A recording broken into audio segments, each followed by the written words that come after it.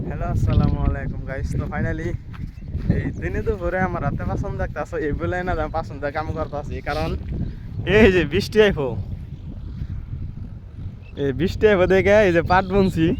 আর এই বৃষ্টি আইবো তার আগেই ব্যাকে ক্ষেতের আইল কেটে দিতেছি। তো এটা হচ্ছে গৃহস্থ মাসের নিয়ম, বৃষ্টি নামার আগে ক্ষেত বুনলে তোমার আইল কেটে দেন আগে। আর এই যে আমি ক্ষেতটা বুনছি আর এই যেটা গাছটা সাফা করে দিছি, এই দেখো আমি আইল কেটে দিছি। এই দেখো এই যে বৃষ্টি হারা আগে আমরা আইল কেটে দিছি কিন্তু।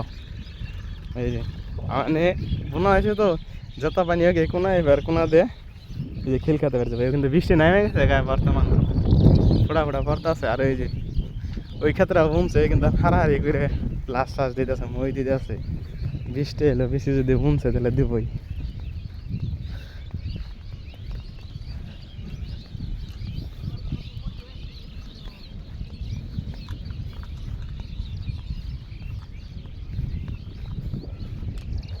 এই যে আইল কেটে দিছি আমি।